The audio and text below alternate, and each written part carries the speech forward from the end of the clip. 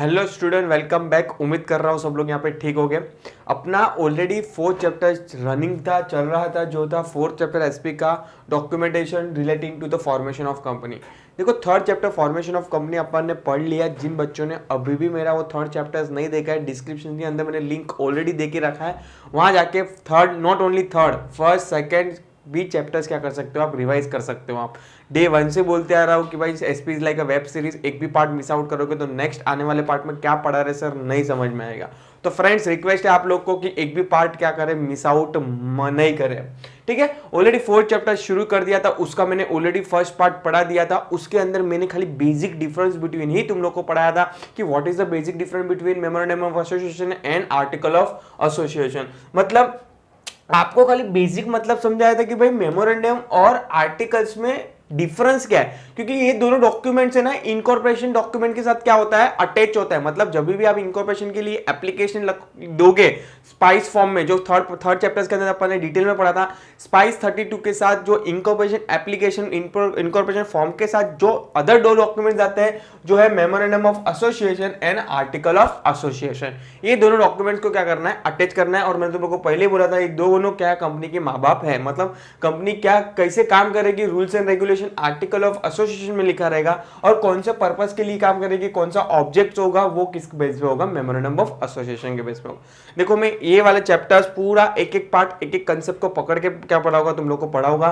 ये वाले पार्ट्स के अंदर अपन खाली फोकस करेंगे जो होगा आपका first memorandum of association. Next आने वाला पार्ट होगा जो आर्टिकल्स ऑफ एसोसिएशन होगा, बाद में होगा प्रोस्पेक्टस और चैप्टर हो जाएगा। मतलब 3 पार्ट्स में मैं क्या करूंगा, चैप्टर्स को क्या करूंगा, बाइफिकेशन करूंगा। चलो शुरू करते हैं आज फटाफट। मेमोरेंडम ऑफ एसोसिएशन ऑलरेडी जिन बच्चों ने अभी डिफरेंस बिटवीन नहीं दे दिया है, नहीं देखा है, डिस्क्रिप्शन के अंदर मैंने ऑलरेडी लिंक दे के रखा है, वहां जाके क्या कर सकते हो, मेमोरेंडम और आर्टिकल का क्या देख सकते हो, आप डिफरेंस देख सकते हो। चलो स्टार्ट करते हैं। Memorandum of association, it is a primary document of the company as is state the purpose, मतलब कौन से ऑब्जेक्ट से, पर्पस से कंपनी क्या कर रही है, रन कर रही है और ओपन हो रही है। For which the company is form, it describe the range of activity of the company is undertake. Definition please आपके हिसाब से रीड आउट कर लेना, मैं कभी भी डेफिनेशंस नहीं पढ़ाता हूं, ठीक है। चलो नीचे आ जाओ, direct features of memorandum of association. क्या फीचर्स है मेमोरेंडम ऑफ एसोसिएशन के? पहला फीचर्स है, it is a primarily document. सब प्राइमरी डॉक्यूमेंट्स क्यों बोला है, प्राइमरी डॉक्यूमेंट्स इसलिए बोला है कि आफ्टर इनकॉर्पोरेशन के बाद पहला ही जो डॉक्यूमेंट्स होता है वो कौन सा होता है, मेमोरेंडम ऑफ एसोसिएशन होता है, जो अपन ने डिफरेंस बिटवीन में भी देखा था। सेकेंड है, चलो कंटिन्यू करते हैं, it is a primary document of the company which state its aim and objectives. Second है, it describes the and regulate the relationship between company and outsider, that is a shareholder, creditor, suppliers, investor, etc. who can make out from the memorandum where the company is permitted to undertake a certain activity or transaction or not। मतलब ये कहा ना का company और outsider का एक relation है, जो मैंने तुम लोग को डिफरेंस बिटवीन में भी समझाया था, यहाँ पे भी समझा देता हूँ कि सर आउटसाइडर का रिलेशन क्या है। मतलब suppose for example share holder आज कोई भी पैसा इन्वेस्ट कर रहा है, क्रेडिटर बैंक कोई भी पैसा as a form of loan दे रही है, तो किसके बेस पे देगी, कंपनी के ऑब्जेक्ट के बेस पे देगी। तो यहाँ पे रिलेशन क्या होगा, आउटसाइडर और कंपनी का होगा। थर्ड है, every company needs to prepare its memorandum of association at a time of its incorporation and submit it along with the application for incorporation to the ROC। मतलब incorporation form के साथ साथ, application के साथ साथ आपको ये डॉक्यूमेंट भी क्या करना है, सबमिट करना है। It is prepared by the promoter and needs to be sign by minimum. आपको मालूम ही है, मैंने ऑलरेडी अपन ने फर्स्ट सेकंड चैप्टर में भी पढ़ा था कि भाई पब्लिक कंपनी खोल ली है तो मिनिमम 7 मेंबर होने चाहिए, प्राइवेट कंपनी खोलना है तो मिनिमम 2 पर्सन होने चाहिए, और 1 पर्सन कंपनी के लिए मिनिमम भी 1 और मैक्सिमम भी 1 पर्सन होना जरूरी है। मतलब आपको कंपनी को, आपको गवर्नमेंट को बोलना है कि भाई हम लोग साथ, जब भी कंपनी खुल जाएगी, फॉर एग्जांपल प्राइवेट कंपनी खोल रहे हैं हम लोग, प्राइवेट कंपनी जैसे ही खुल जाएगी वैसे ये 2 जन का नाम है, जैसे कंपनी खुल जाएगी वैसे हम लोग ये कंपनी का क्या कर लेंगे, शेयर सब्सक्राइब कर लेंगे, इसलिए उसको बोलते हैं subscribe. Each subscriber must write against his name the number of share he has agreed to subscribe. As per the Companies Act 2013, each subscriber must to take at least 1 share. This will not be required for company with the guarantee without a share capital। मतलब आप company with the share capital अपना business क्या कर रहे हो, अपना company form कर रहे हो, तो मिनिमम 1 शेयर तो सब्सक्राइब करना पड़ेगा। बट अगर आप बोल रहे हो कि नहीं भाई मुझे कंपनी लिमिटेड बाय शेयर नहीं, कंपनी लिमिटेड बाय गारंटी खोलना है, तो शेयर नहीं लोगे तो भी चलेगा। ये सब डिटेल में अपन ने पढ़ा था कि भाई सेकंड चैप्टर के अंदर ऑलरेडी मैंने डिटेल में पढ़ा दी है। यस, चलो, it contain the following clauses. मैं तुम लोग को डे 1 पे बोला था कि मेमोरेंडम ऑफ एसोसिएशन के 6 क्लोजेस होते हैं। देखो यहाँ पे दिया है, यहाँ पे पहला एक क्लोज होगा नेम क्लोज, मतलब कंपनी का नाम क्या होगा, it's called name close. Second क्या होगा उसके अंदर, एड्रेस क्लोज, मतलब रजिस्टर एड्रेस क्लोज, कि भाई एक एड्रेस तो मेंशन होना चाहिए कि कंपनी को अगर गवर्नमेंट को कोई नोटिस भेजना है तो कहां पे जाके भेजें, तो सेकंड हो जाएगा नेम एड्रेस क्लोज। थर्ड हो जाएगा ऑब्जेक्ट क्लोज, कंपनी किस पर्पज से बिजनेस करेगी, nothing but object clause. Fourth हो जाएगा लायबिलिटी क्लोज, कि कंपनी की लायबिलिटी लिमिटेड होगी अनलिमिटेड होगी, वो कहां पे लिखा रहेगा, लायबिलिटी क्लोज के अंदर। फिफ्थ हो जाएगा कैपिटल क्लोज, कि कंपनी कितना कंट्रीब्यूट कर रही है, is nothing but capital close. और लास्ट हो जाएगा एसोसिएशन और सब्सक्राइबर क्लोज, कि भाई कितने सब्सक्राइबर ने कितने शेयर क्या कर दिया है, सब्सक्राइब किया है। तो मेमोरेंडम ऐसे 6 पार्ट में क्या हुआ है, डिवाइड हुआ है। ये 6 पार्ट क्या है, फिक्स होते हैं किसके अंदर, मेमोरेंडम ऑफ एसोसिएशन के अंदर। As is defined the nature and character of the company, it is not so easy to alter the clause. The act has laid down the specific rules and provisions to be followed to be alter close. मतलब कोई भी close मुझे change करना है, for example 6 close में से कुछ भी एक चेंज करना है, तो there is a lengthy procedure. आपको गवर्नमेंट की भी क्या करनी है, रूल्स एंड रेगुलेशन को फॉलो करना है। मतलब it's not easy as compare to बात करूं तो आर्टिकल ऑफ एसोसिएशन, वो भी अपन ने डिफरेंस बिटवीन में देख लिया था। 7, it can not contain anything contrary to the provision of the companies act 2013। मतलब एमओए के अंदर सपोज कि एक क्लोज के अंदर आप ऐसा लिख रहे हो, फॉर एग्जांपल ऑब्जेक्ट क्लोज के अंदर कि हम लोग का मेन बिजनेस क्या होगा, स्मगलिंग का होगा, तो चलेगा नहीं। मतलब कॉन्ट्रैक्ट एक्ट से, सॉरी, कंपनीज एक्ट के अगेंस्ट में आप कुछ भी क्लोज लिख सकते नहीं हो। 8 है एनी एक्ट डन बाय, अगर तुम लोग कोई भी ऐसा काम कर रहे हो जो अगेंस्ट द मेमोरेंडम हो गया, मतलब एमओए के अंदर ये लिखा था पर तुम लोग काम कर रहे हो दूसरा, तो उसको क्या बोलेंगे, अल्ट्रा वायरस बोलेंगे। सर अभी ये क्या हो गया, ultra vires, don't worry, detail में पढ़ेंगे भी इसका शॉर्ट नोट। अल्ट्रा का मतलब होता है बियॉन्ड द पावर, मतलब कंपनी को पावर नहीं दिया था तो भी वो काम कर रही है, उसको बोलते हैं अल्ट्रा वायरस। मैं तुम लोग को पहले भी बोला था, थोड़ा लॉ टर्म आपको क्या करना पड़ेगा, याद रखने पड़ेंगे। Any act done by the company which is goes beyond the power of the memorandum which is ultra virus, that is it will be a invalid। मतलब कंपनी ने जो भी काम किया, कंपनी को ये काम करना चाहिए था as per the memorandum, but company ने कोई दूसरा काम कर दिया तो उसको क्या बोलेंगे, अल्ट्रा वायरस और इनवैलिड काउंट करेंगे।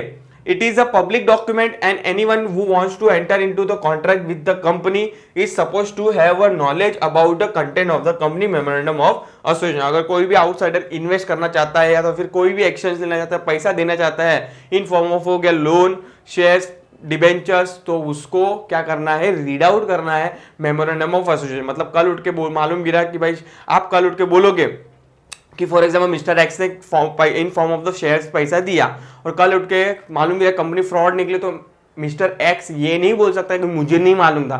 तेरे को देखना चाहिए था कि भाई उसके मेमोरेंडम में क्या लिखा था, वो पर्पस के लिए काम कर रही है कि नहीं कर रही है, वो तेरी रिस्पॉन्सिबिलिटी है। इसलिए अपन ने आगे एक पॉइंट पढ़ा था ऊपर कि a relation, memorandum of association का रिलेशन किसके साथ है, कंपनी एंड आउटसाइडर का साथ क्या है, रिलेशन है।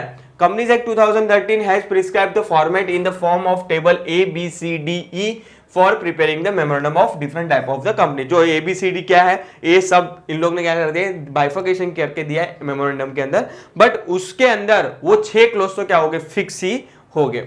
ठीक है, तो ये हो जाएगा आपके नथिंग बट फीचर्स ऑफ या तो natures of memorandum of association. Next देखते हैं क्या है, clauses of memorandum of association and provision to alter A.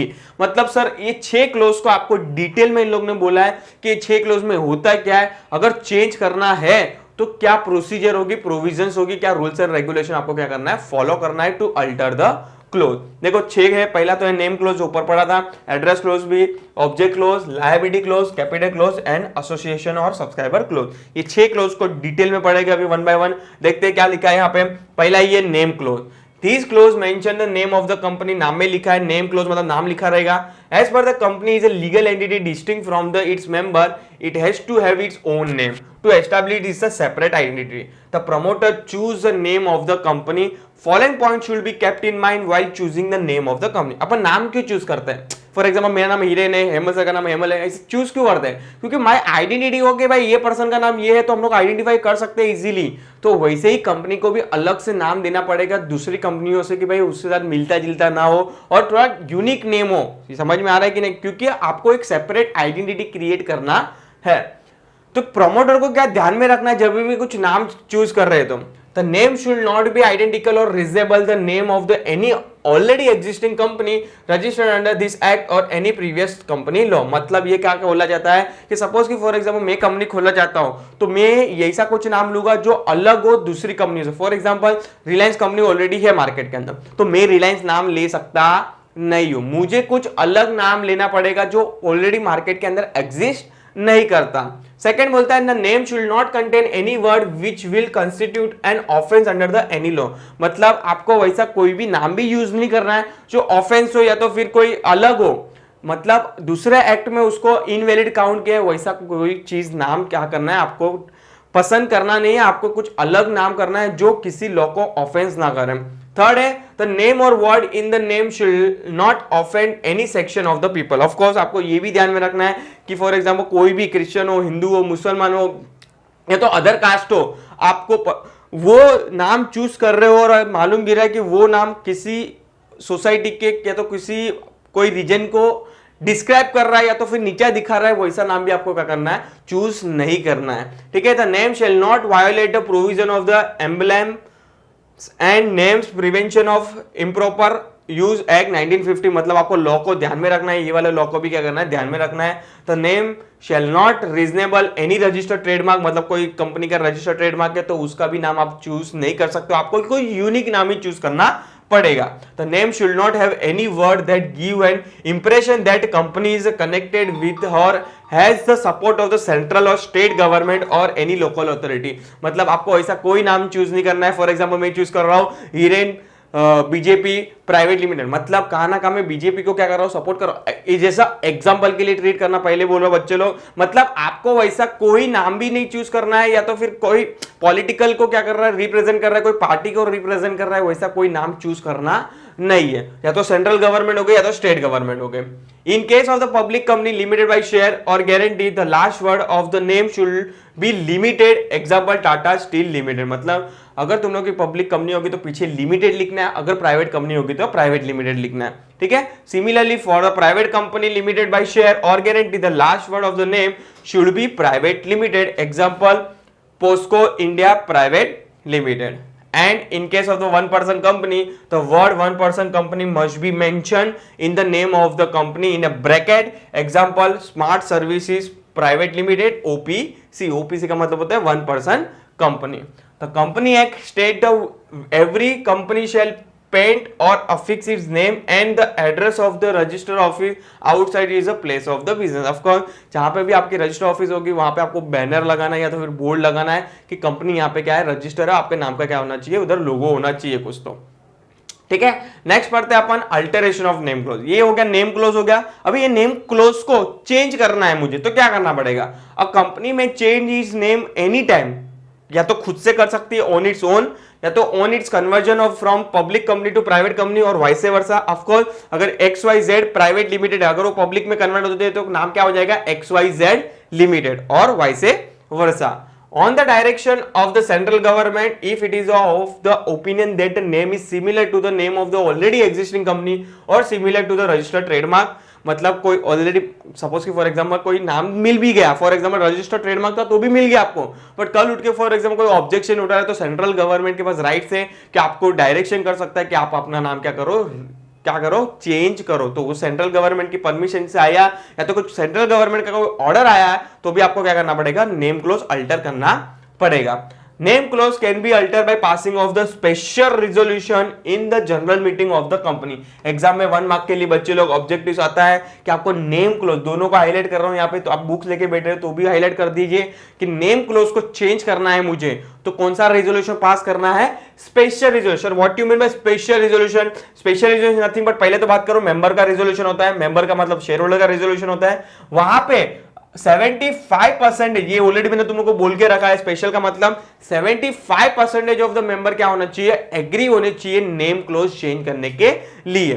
Getting my point. Ordinary resolution special resolution में डिफरेंस यही था कि ऑर्डिनरी में 51%, 51% ने भी अप्रूव दे दिया तो approve, but name clause change करने के लिए स्पेशल रिजोल्यूशन चाहिए, वहां पे आपको 74 भी नहीं चलेगा, 75% आपका करना चाहिए, अप्रूव करने चाहिए मेंबर और share holder.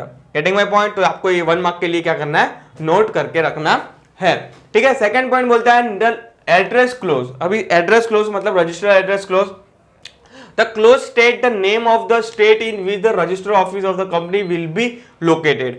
Every company must have its register office within 30 days of incorporation. अगर सपोज कि फॉर एग्जांपल आपको ये ऑलरेडी अपन ने पढ़ा भी दिया था मैंने तुम लोग को कि जब भी कंपनी खोलते थे तो जरूरी नहीं कि तभी आपको बताना है कि हम लोग की रजिस्टर ऑफिस यही होगी।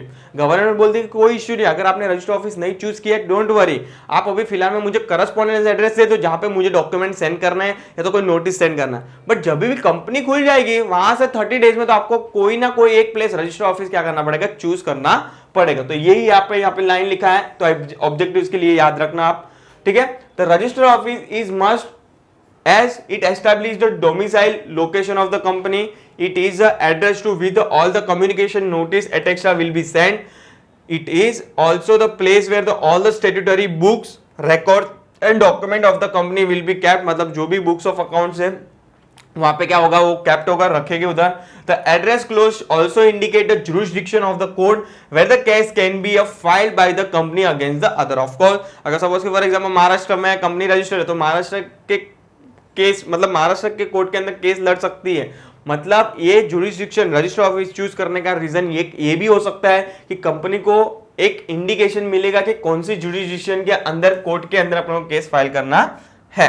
चलो नेक्स्ट देखते हैं अपन alteration of address clause. Address clause तो रहना जरूरी है और उसको चेंज करना है, अल्टरेशन करना है तो क्या प्रोविजन है, क्या कैसे क्या आपको ध्यान में रखना है, कर सकते हो आप, क्या रिजोल्यूशन पास करना है, ये सब चीजें आपको क्या करना है, ध्यान में रखनी है।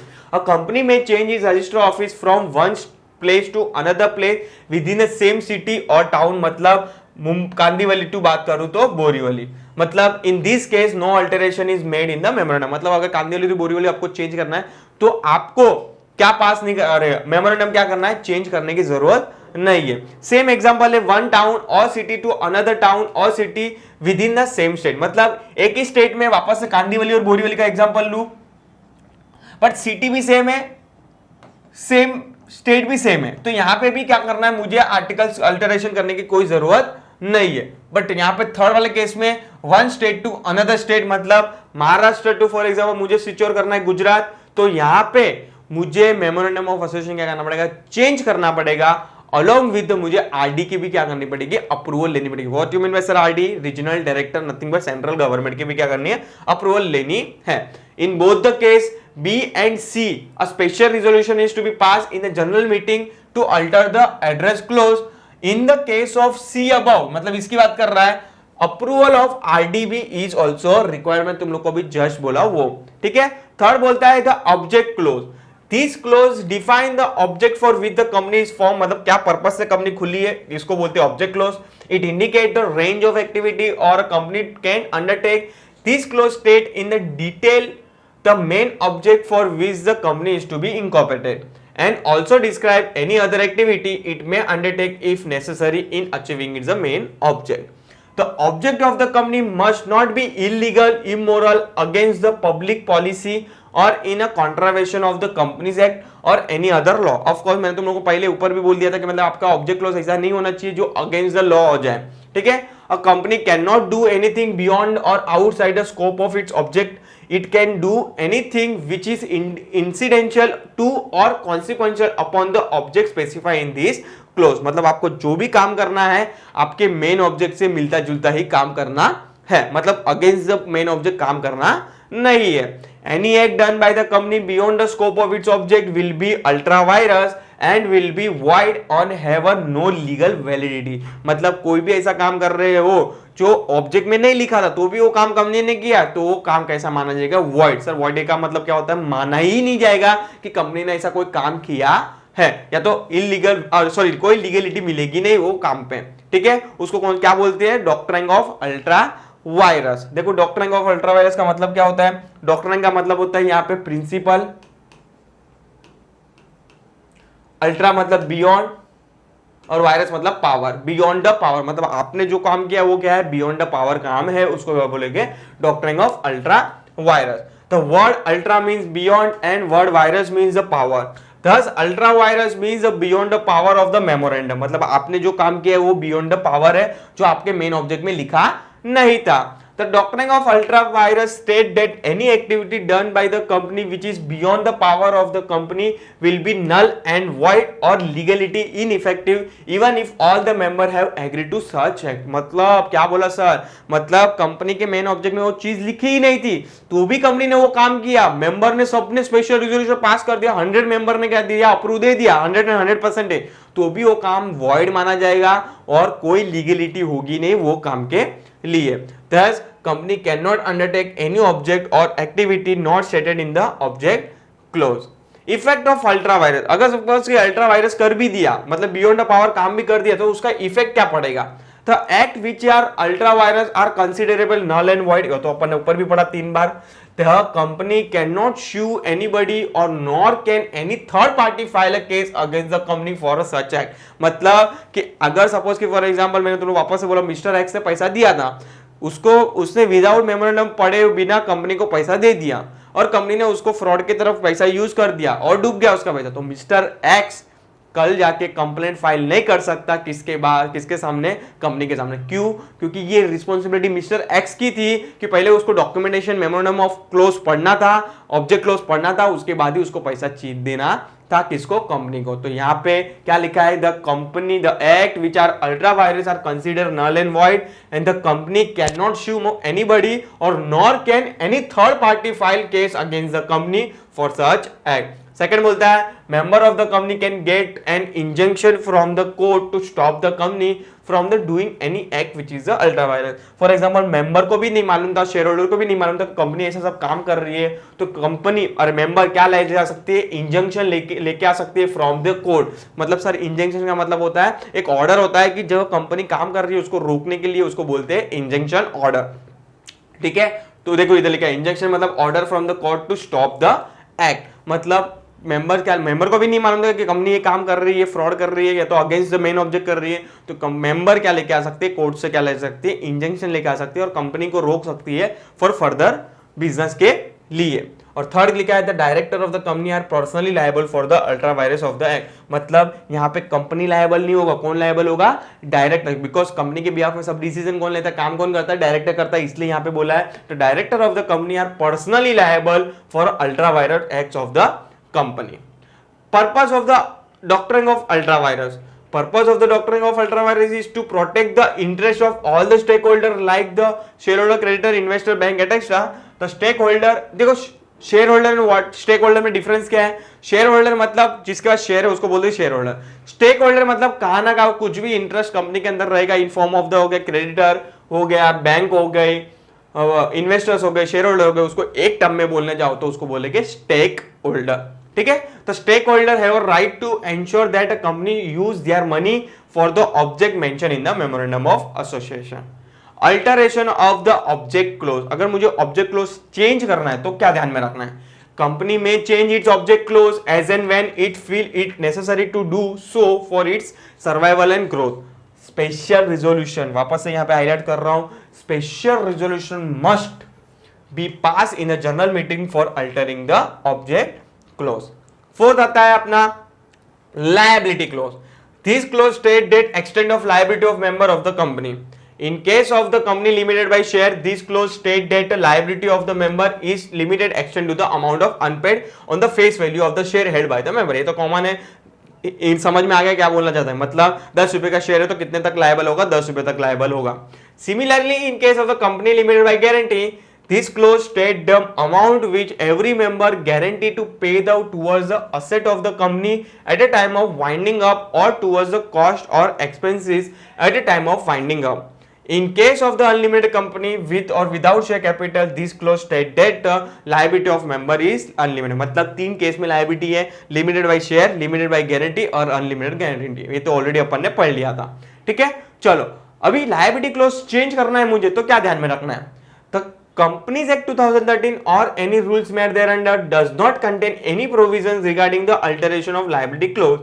Legally speaking, the relationship between the member and company is a contractual relationship. Hence, if any change is to be made in the liability of the member, it has to be with the consent of the member and that too in writing. मतलब companies act के provision से angle से बात करो तो कोई ऐसा close लिखा नहीं है कि लायबिलिटी क्लोज चेंज करना है तो क्या क्या आपको फॉलो करना है. जैसे कि ऊपर अपन ने पढ़ा ना कि ऑब्जेक्ट क्लोज चेंज करना है तो स्पेशल रेजोल्यूशन पास करना है, तो ये सब एक्ट्स के अंदर लिखा है. बट ये वाला अल्टरेशन ऑफ लायबिलिटी क्लोज के लिए कंपनीज एक्ट ने कुछ स्पेसिफिक मेंशन नहीं किया है. उन लोग बोल रहे हैं कि ये तो रिलेशन हो जाएगा कंपनी और मेंबर का, कॉन्ट्रेक्चुअल रिलेशन होगा और जो भी डिसीजन लेने मेंबर को और कंपनी को मिलके लेने और इवन इन राइटिंग में लेने हैं. फिफ्थ क्लोज हो जाएगा जो होगा अपना capital close. This clause state the amount of capital with which the company is registered. This capital is hence called registered capital. This is the maximum capital which the company is authorized to raise. Hence, it is also called as a authorized capital. So, what do you mean by authorized capital? Authorized capital वो capital होता है जो उसके ऊपर company पैसा ले सकती नहीं है. अगर उसके ऊपर लेना है तो उसको ये वाला क्लोज को क्या करना पड़ेगा, चेंज करना पड़ेगा. उसको बोलते हैं alteration of the capital close. In case a company with a share capital, this clause state the total amount of share capital in the term of the total number of share and the fixed value per share called the face value of the share. If the company wants to issue more share, मतलब suppose कि authorise का capital 1 lakh था, example assume करो 1 लाख का क्या था, authorise capital था, but company को 5 लाख चाहिए शेयर होल्डर से, तो आपको पहले कैपिटल ऑथराइज की लिमिट क्या करनी पड़ेगी, एक्सीड करनी पड़ेगी, जो यही बोल रहा है. If the company wants to issue more share to raise more fund then the amount of authorised capital, then the company has to alter the capital clause. मतलब 1 से 5 लाख की लिमिट करनी पड़ेगी और वो क्लोज को क्या करना पड़ेगा, चेंज करना पड़ेगा. Alteration of capital clause. The article of association of the company authorized to alter the in the capital clause. Capital clause is altered for a reason like increasing authorized capital by issuing new share or convert the fully paid up share into the stock at extra. Capital close is also Altered by the passing of the ordinary resolution. देखो ये वाले case के अंदर आपको कौन सा resolution pass करना है, ऑर्डिनरी रेजोल्यूशन. मतलब अब तक अपन ने पढ़ा वहां पे कौन सा रेजोल्यूशन था, स्पेशल रेजोल्यूशन था. यहाँ पे कौन सा रेजोल्यूशन है, ऑर्डिनरी रेजोल्यूशन. अगर मुझे कौन सा क्लोज चेंज करना है तो कैपिटल क्लोज. देखो ये यही क्लोज है जहां पे आपको ऑर्डिनरी रेजोल्यूशन करना है, बाकी अपन ने सब जगह कहां पढ़ा था, स्पेशल रेजोल्यूशन पास करना है. मतलब यहाँ पे 51% ने भी अप्रूवल दे दिया मेंबर ने, तो क्या हो जाएगा, कैपिटल क्लोज चेंज हो सकता है in a general meeting of the company.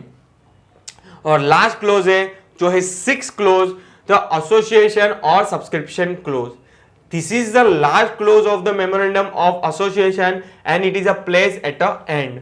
In this clause, the subscriber to the memorandum make a declaration stating that they are desirous of forming a company as per the memorandum and agree to take a certain number of share in a capital clause of the company. मतलब subscriber sheet में for example mister x का last close की बात कर रहा हूं, mister x और mister Y बोल रहे हैं कि जब भी कंपनी खुलेगी मैं 5000 शेयर लूंगा और वाई भी बोलते हैं मैं भी 5000 शेयर लूंगा. तो जब भी कंपनी खुल जाएगी तभी इनको इतना अमाउंट का, सपोज कि एक शेयर 10 रुपए का है तो 50,000 और 50,000 इनको कंपनी के अकाउंट में क्या कर देना है, डाल देना है और कंपनी इनको क्या दे देगी, शेयर सर्टिफिकेट दे देगी. In case of the public company the memorandum must be signed by the at least 7 subscriber, whereas a private company के लिए 2 और 1 पर्सन कंपनी के लिए 1. Each subscriber has to put his name, address, occupation in a presence at least one witness who shall also put in the detail. मतलब उसका नाम, address, occupation सब लिखना है और उसके सामने एक एक विटनेस क्या करेंगे, साइन करेंगे किधर, सब्सक्राइबर क्लोज के अंदर. तो ये हो जाएगा आपका मेमोरेंडम का पूरा कंसेप्ट जो 6 क्लोज में क्या था, डिवाइड था और उसके अल्टरेशन कैसे कर सकते हैं ये भी अपन ने पढ़ा. देखो ये वापस से रिपीट कर रहा हूं, क्या क्या पढ़ा अपन रिवीजन कर लेते हैं कि 6 क्लोज था. पहला क्लोज था नेम क्लोज, वापस रिपीट करोगे. सेकंड था एड्रेस क्लोज, थर्ड हो गया ऑब्जेक्ट क्लोज, फोर्थ हो गया लायबिलिटी क्लोज, फिफ्थ हो जाएगा कैपिटल क्लोज और लास्ट हो जाएगा सब्सक्रिप्शन क्लोज. देखो ये वाला पार्ट पूरा मेमोरेंडम में था. नेक्स्ट वाला पार्ट लाऊंगा जो मैं लाऊंगा पूरा फोकस करेंगे अपन जो है अपना आर्टिकल ऑफ एसोसिएशन. मैंने तुम लोग को डे 1 पे बोला था कि ये चैप्टर्स के अंदर सब पार्ट को मैं डिवाइड करूंगा, क्योंकि अगर तुम लोग को मेमोरेंडम पे फोकस कर रहा है तो मेमोरेंडम वाला पूरा पार्ट क्या कर सकते हो, आप पार्ट दे सकते हो. इसके अंदर आपको आर्टिकल ऑफ एसोसिएशन का नहीं लाऊंगा क्योंकि आप कंफ्यूज हो जाएगा वरना. तो नेक्स्ट आने वाला पार्ट होगा जो मेरा होगा आर्टिकल ऑफ एसोसिएशन का होगा, और लास्ट वाला आने वाला पार्ट होगा वो मेरा होगा प्रोस्पेक्टर का। तो टिल टाइम चैनल के लिए प्लीज अपडेट रहिए। Thank you so much.